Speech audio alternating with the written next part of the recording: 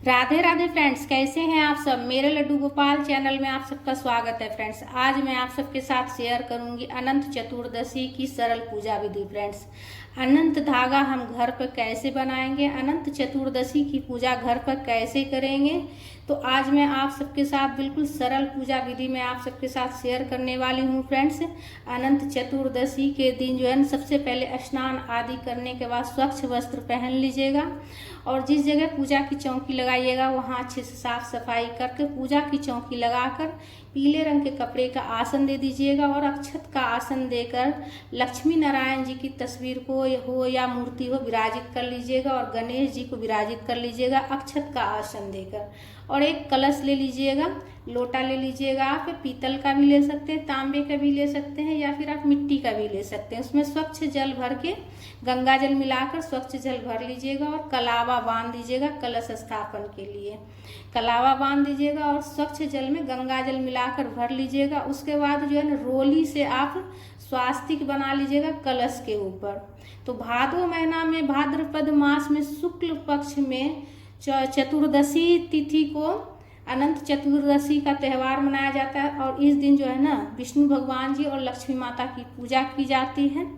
उसके बाद देखिए कलश जो है ना रोली से स्वास्तिक बनाने के बाद कलश स्थापन करेंगे, अक्षत का आसन देकर कलश को रखेंगे। आप चाहे तो अष्टदल कमल भी बना सकते हैं या फिर मेरी तरह बिल्कुल सरल विधि से अक्षत का आसन देकर कलश को रख लीजिएगा। कलश में 5 चीज़ें डालना है, एक गांठ वाली हल्दी, एक सुपारी, एक सिक्का, पुष्प और अक्षत और 5 आम के पत्ते ले लीजिएगा। उसमें रोली से तिलक कर लीजिएगा और उसके ऊपर जो है ना पूर्ण पात्र रखिएगा। कलश में आम के पत्ते लगाकर और एक प्लेट में चावल भरकर आपको रख लीजिएगा पूर्ण पात्र और उसके ऊपर दीपक प्रज्वलित करना है। दीपक आप घी से भी प्रज्वलित कर सकते हैं या फिर तिल के तेल से भी आप दीपक प्रज्वलित कर सकते हैं।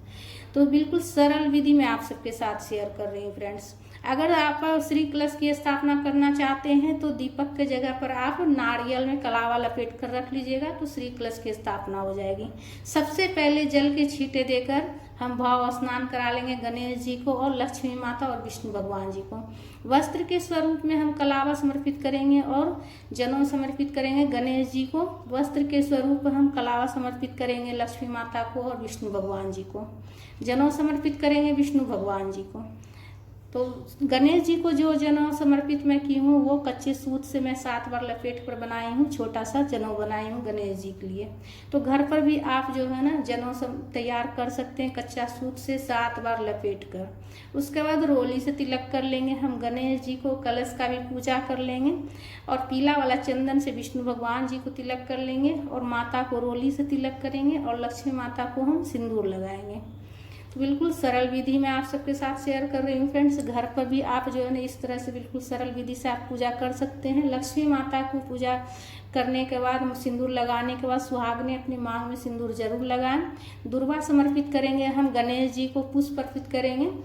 कलश का भी पूजा कर लीजिएगा, कलश के ऊपर भी पुष्प समर्पित कीजिएगा और लक्ष्मी माता को पुष्प समर्पित कीजिएगा, विष्णु भगवान जी को पुष्प समर्पित कर लीजिएगा और पूजा में उस दिन तिल जरूर चढ़ाइएगा। पूजा में तिल चढ़ा लीजिएगा। तिल आप सफ़ेद वाला भी चढ़ा सकते हैं या फिर आप काला तिल हो तो काला तिल भी चढ़ा सकते हैं।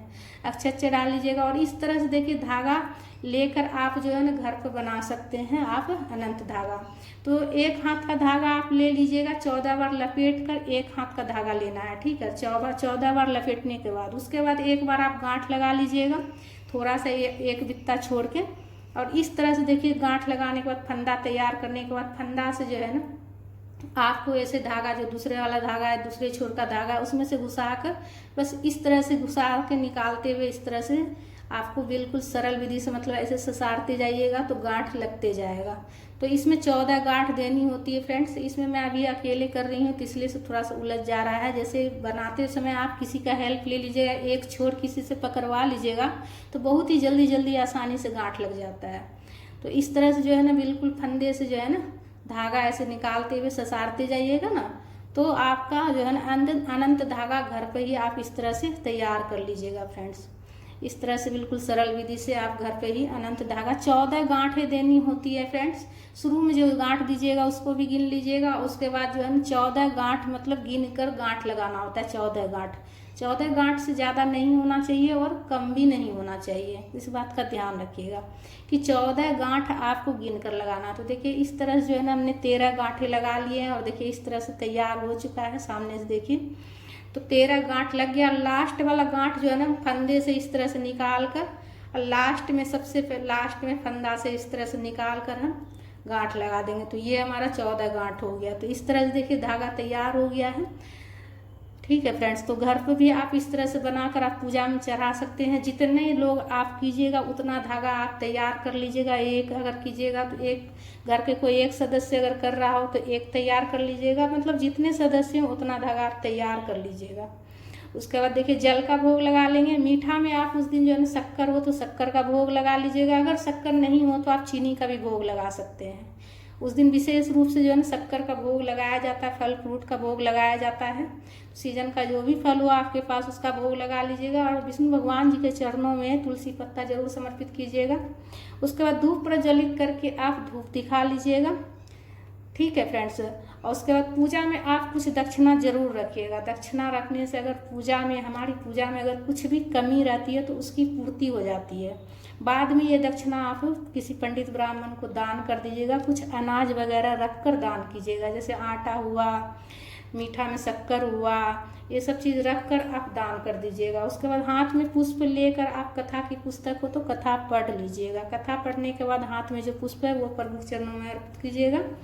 अगर कथा की पुस्तक नहीं हो तो आप किसी पंडित ब्राह्मण से भी सुन सकते हैं या फिर फ़ोन में भी सुन सकते हैं। उसके बाद आरती कर लीजिएगा। आरती आप जो है ना कपूर से भी कर सकते हैं या फिर दीपक प्रज्वलित करके भी कर सकते हैं। प्रेम पूर्वक आरती गाते हुए आप आरती कर लीजिएगा। विष्णु भगवान जी की आरती गाते हुए, लक्ष्मी नारायण जी की आरती गाते हुए आरती कर लीजिएगा। आरती करने के बाद सीधे हाथ में जल लेकर आचमनी कर लीजिएगा। आचमनी करने के बाद ही पूजा पूर्ण होती है फ्रेंड्स। धागा जो है ना आप देखिए किस हाथ में बांधना है। पूजा करने के बाद धागा आप जो है ना, जैसे अगर महिलाएं अगर बांधे तो बाएं हाथ में आपको बांधना है। ठीक है, कलाई पर भी आप बांध सकते हैं या फिर बाह पर भी आप बांध सकते हैं। अपनी सुविधा के अनुसार आप देख लीजिएगा। कम से कम 1.25 महीना तो जरूर बांध कर रखिएगा। ठीक है, आप चाहे तो पूरे साल भर बांध के रख सकते हैं, नहीं तो कम से कम 1.25 महीना जरूर बांध कर रखिएगा।